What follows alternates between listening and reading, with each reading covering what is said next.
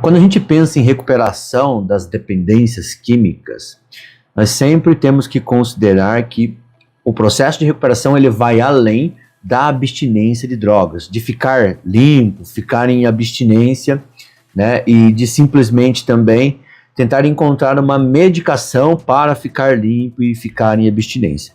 Quem já acompanha meu trabalho há algum tempo já está careca de saber, né, de que isso, muitas vezes a recuperação ela vai muito além de simplesmente ficar abstinente de substância.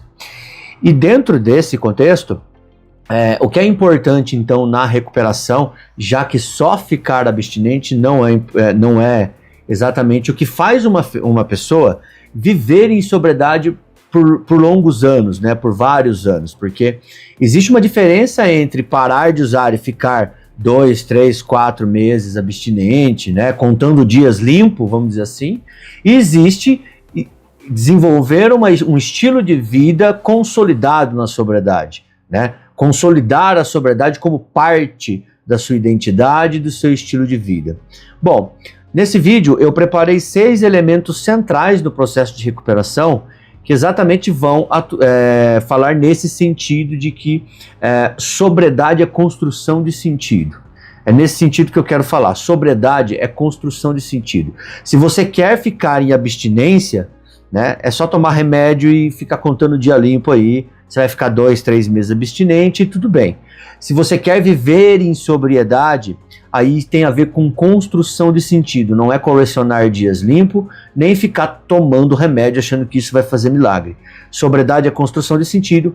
E o que é essa construção de sentido? Eu preparei 6 elementos centrais na construção desse sentido da sobriedade que eu quero falar aqui. Então já deixa o like, se inscreva no canal, siga faça parte da nossa comunidade no WhatsApp com grupos de prevenção de recaída, o link está na descrição do vídeo. E se você tem interesse em contribuir com o meu trabalho e ter acesso aos nossos cursos de capacitação e muito material de apoio, seja membro da Academia SOS na nossa área de membros, o link está na descrição do vídeo, tá ok? Bom, então, quais são esses elementos centrais, né, que a gente fala de sentido, o que dá sentido à sua recuperação? Tá? O que dá sentido à sua recuperação, à sua vida em sobriedade, não é tempo limpo, gente. Entenda isso. Eu vou repetir isso quantas vezes for necessário. O que dá sentido na sua vida de recuperação é construir uma sobriedade através do que a gente pode chamar de unidades de sentido. E aqui eu separei 6 delas que são essenciais. A primeira dela é a autoestima, tá?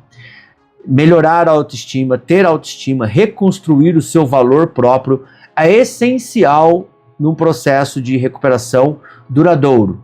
Se você quer viver em sobriedade por longos anos, a autoestima, a reconstrução da autoestima, a reconstrução da sua identidade, reconstrução do seu valor próprio, voltar a acreditar em si, né? Mudar esse estereótipo, né, de adicto para protagonista da sua própria vida. Eu não gosto muito desse termo do adicto, porque acho que ele prejudica a autoestima. Ele coloca você sempre na condição de doente incapaz, doente incurável. Ele não é empoderador, e a gente vai falar sobre empoderamento nesse vídeo, né? Ele coloca você como uma pessoa doente, problemática, ou seja, uma pessoa menor que os outros que não tem o problema como você. Então, isso não é bom para a autoestima. Né? Eu costumo dizer que a recuperação da dependência química tem que ser libertadora, tem que promover independência e não de dependência de rótulos. Caso contrário, você troca a dependência da droga pela dependência desses rótulos, da vigilância constante, que eu sempre bato muito aqui nos meus vídeos também, né? Desse conceito de doença incurável que te estigmatiza e coloca você sempre como doente, para você nunca esquecer de que você tem uma doença. Isso para mim é desmotivador. Não dá sentido a uma recuperação a longo prazo. Recuperação a longo prazo, para mim, tem que ser libertadora, né? O segundo sentido da recuperação é a família. É claro que nem em todas as situações a família ela vai ser um sentido de recuperação. O que eu estou falando aqui, gente, é que você não precisa reunir esses 6 elementos para viver em sobriedade. Mas você pode se apoiar em 1 ou 2 ou 3 deles, né? Nem todos talvez funcionem para você. Por que eu quero dizer isso? Porque às vezes algumas pessoas elas vêm de famílias muito disfuncionais em que o retorno à família pode piorar ainda mais a situação da pessoa. Existe isso também. Nem todo mundo tem família saudável. A gente tem que parar também de romantizar a família de propaganda de margarina, que todo mundo tem que ter um apoio da família. Às vezes a família vai produzir mais sofrimento do que solução, do que acolhimento. Esses tempos atrás eu vi um podcast se eu não me engano, aquele Nino do Castelo Rá-Tim-Bum, quem é mais antigo lembra, né? E ele fazendo um depoimento muito interessante, né? Que ele fala: a minha família não é um lugar de conforto para mim. E trazendo bem nesse sentido, né? Que para alguns a família não vai ser uma fonte de apoio, de motivação. Mas, para não fugir muito do vídeo, para aquelas pessoas em que a família é fonte de apoio e motivação, a reconstrução dos vínculos familiares, de vínculos de confiança, é um capital social primário na recuperação. É o que dá a base para a pessoa se recuperar. Muita gente não é nada sem a família. Fala: não, sem a minha família, Rodrigo, eu não sou nada. Então se apoia na sua família. Use a família como um sentido para a sua recuperação, né? Faça a reparação dos vínculos que ficaram fragilizados e comprometidos por causa do uso de substância, né? Porque a sobriedade ela ganha sentido quando ela é compartilhada com aquelas pessoas que são importantes na sua vida. O terceiro elemento central na recuperação, né, é a espiritualidade. E aqui eu falo de espiritualidade não no sentido religioso, tá? Para algumas pessoas é a religião, né? Mas quem conhece meu trabalho sabe que eu sou bem aberto com relação a isso, né? Eu até me confesso que eu não sou uma pessoa muito religiosa, que a espiritualidade não é muito meu forte, mas eu reconheço a importância dela na recuperação de muitas pessoas. E quando eu falo de espiritualidade, eu não estou falando de religião X ou Y. Eu estou falando de um sentido maior para a sua vida. A espiritualidade, ela muitas vezes te dá fé, te dá propósito, desenvolve gratidão, ajuda você no perdão e no auto-perdão. Ela tem esse sentido de transcendência, de algo maior. Ela preenche o vazio que a droga anestesiava. Ela te dá esperança, né? Ela reconecta você com valores que você muitas vezes perdeu na adicção, né? Se ficaram ali perdidos na adicção. Então a espiritualidade ela é muito importante, seja por meio da religião ou seja por meio da espiritualidade livre, da maneira como você concebe, tá ok? Quarto, empoderamento. Essa palavra é muito importante na recuperação. Eu acho que esse elemento ele é central na recuperação, e esse sim é um elemento, né, porque a família é muito relativo, como eu falei, né? Espiritualidade também é relativo, depende da pessoa, né? Mas o empoderamento, eu acho que ele é essencial na recuperação de qualquer um, tá? Todos precisam de empoderamento, né? Porque o contrário de dependência é independência, é liberdade, e liberdade só se conquista com empoderamento. Se você assumir o controle da sua vida para que ninguém controle, né? A família não tem que controlar o controle da sua vida. O grupo de apoio não tem que controlar, né, assumir o controle da sua vida. Clínica não tem que assumir o controle da sua vida. Por que eu falo disso, né? Porque às vezes, na tentativa de ficar sóbrio, a gente terceiriza o controle da nossa vida para instituições ou para a família, né? O grupo te diz o que fazer e você obedece. A clínica te diz o que fazer e você obedece. É como se fosse uma doutrinação da recuperação. A família te diz o que fazer e você obedece, né? Eu sou terapeuta, eu não gosto de trabalhar assim.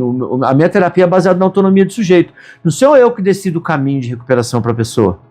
É a pessoa que decide esse caminho. Eu ajudo ela a refletir criticamente sobre esse caminho, a pensar, a definir estratégias para alcançar aquilo que ela entende como importante na sua vida.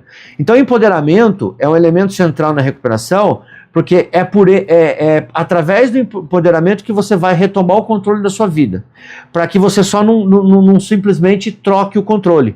A droga te controlava, agora não é mais a droga, agora é o grupo, a clínica, a igreja, a família. É uma troca de controle, não ajuda, não resolve o seu problema. Sobriedade é liberdade, sobriedade é poder decidir, agir, estabelecer limites. Você, não as pessoas, não uma filosofia, né? O empoderamento é aquilo que transforma você de paciente para agente da própria transformação, entendeu? Você sai dessa condição de paciente que só muitas vezes obedece o que o terapeuta, o que a clínica, o que o grupo fala, e você começa a ser agente da sua transformação no sentido de filtrar o que é importante para sua vida e o que não é. Muitas vezes eu falo um monte de coisa aqui nos meus vídeos, mas eu não quero que você obedeça o que eu falo. Eu quero que você absorva o que eu falo, pense naquilo que cabe melhor na sua vida, filtre isso e aplique aquilo que funciona para você. O que eu falar que não funciona para você, descarta. É isso que eu quero de você. Eu quero que você tome as decisões da sua vida. E que aqui o meu canal, as minhas falas, o meu grupo, o meu trabalho, sirva só de informação, de instrumento para promover essa transformação. Mas não seja uma espécie de doutrinação de mentes. Não é esse o meu propósito. Meu propósito não é doutrinar mentes. O meu propósito é promover reflexão, informação e conscientização. Tá ok? O quinto elemento, né? A conexão. Conexão é muito importante também. E quando a gente fala de conexão, a gente fala tanto conexão social quanto conexão com você mesmo, né? Que a droga, muitas vezes, a gente perdeu essa conexão com a gente. Com a gente como? Né? Eu perdi a conexão com os meus valores, eu perdi a conexão com aquilo que eu mais gostava de fazer, né? Eu perdi a conexão com as minhas qualidades, perdi a conexão com os meus pensamentos. O que é perder a conexão com os pensamentos, por exemplo? É isso, eu não penso mais, eu só sigo ordens. Eu só sigo o que o grupo fala, o que a clínica fala, o que a família fala, entendeu? Se fala que não pode, eu não posso. Se fala que pode, eu posso, eu só obedeço. Como que... Mas e o que você quer de fato? Aonde fica nisso? Então, conexão, a gente está falando com conectar com aquilo que você quer, com seus valores, com suas qualidades, com seus defeitos, com as suas limitações, com a sua rede de apoio, conexão externa, né? É pertencer, né, a um grupo social saudável, não ficar caminhando sozinho na recuperação. Tem gente que por medo de recair se isola.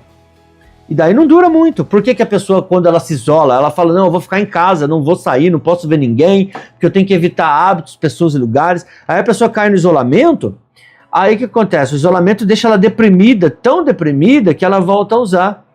Então, a recuperação não se trata de se isolar, viver numa bolha com medo de recair. Recuperação se trata de pertencer a algo que te faça bem, entendeu? Buscar uma conexão social com pessoas saudáveis, com ambientes saudáveis, né? É isso que é a recuperação de longo prazo, né? Porque a recuperação, para mim, ela acontece também no vínculo, certo? É o vínculo com coisas saudáveis, com espaços saudáveis, com pessoas saudáveis, que muitas vezes promove uma sobriedade de maior qualidade, mais duradoura, tá? E por fim, a esperança. É um sentido de recuperação também muito importante, que daí a esperança, ela está muito associada também a espiritualidade, né? Acreditar que o futuro pode ser diferente, ter força para continuar, mesmo quando algum episódio de uso acontece, alguma recaída acontece, que eu sei que é difícil no começo. Eu costumo dizer que a esperança, ela é um motor para a mudança. Sem esperança ninguém muda. Por que você vai mudar se você não tem esperança de que as coisas vão melhorar? Né? Quando você não tem esperança de que as coisas vão melhorar, você desiste. Então o oposto da esperança é a desistência. É a falta de crença, a falta de fé. E aqui eu falo nem fé só religiosa. Fé em você, fé no processo, fé que vai dar certo, né? Então a esperança também, ela é o alimento da recuperação, né? Se você não acreditar que vai dar certo, porque muitas vezes, o que acontece? Pelo fato da gente ter muita recaída no decorrer do processo, as pessoas desacreditam. A família não acredita mais e faz questão de deixar isso claro, né? Então, assim, se você for depender das pessoas acreditarem em você, você vai ficar esperando, entendeu? Então, quando as pessoas não acreditam em você, você tem que acreditar em você, né? Porque muitas vezes a gente desiste exatamente porque a gente acha que a gente não tem jeito. É o que a gente chama de estigma internalizado. As pessoas falam tanto que você é um caso perdido que você passa a acreditar nisso. Mas quando você começa a acreditar que mesmo ainda você tendo dificuldade de se permanecer sóbrio, né? Você continua acreditando e aprendendo com as recaídas e tentando melhorar e tentando resgatar esses elementos centrais, né? Que eu falei, de autoestima, de família, de espiritualidade, etc. Você começa a ter esperança. E a esperança é o alimento da mudança, é o motor da mudança. Tá ok? Bom, é isso. Espero que vocês tenham gostado do vídeo. Um grande abraço, se inscreva no canal, comente e até o próximo.